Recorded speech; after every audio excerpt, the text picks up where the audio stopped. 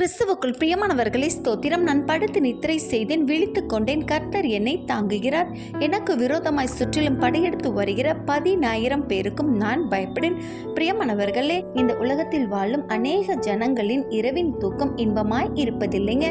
ஏன்னா அநேக காரியங்களை குறித்து கலங்குவதால் தூக்கத்தில் அவர்கள் நிம்மதியை இழக்கிறார்கள். ஆனால் தேவனை உடைய பிள்ளைகள் கர்த்தருக்கு பிரியமாய் நடப்பதால் அவர்களின் இரவின் தூக்கம் சமாதானமாய் இருக்கிறது. என்ன நிகழ்ந்தாலும் கலங்கவே மாட்டார்கள். இந்த நம்பிக்கை நிச்சயத்தை பெற்றவர்கள் கிறிஸ்தவர்கள். தாவீது தனது சொந்த மகனால் வனாந்தரத்துக்கு துரத்தப்பட்டார். ஆனாலும் அவர் தேவனோடு இருந்ததால் தேவன் அவரின் தூக்கத்தை இன்பமாய் மாற்றினார். அவருக்கு விரோதமாக சுற்றி படையெடுத்து வருகிற 10,000 பேருக்கும் அவர் பயப்படவே இல்லைங்க.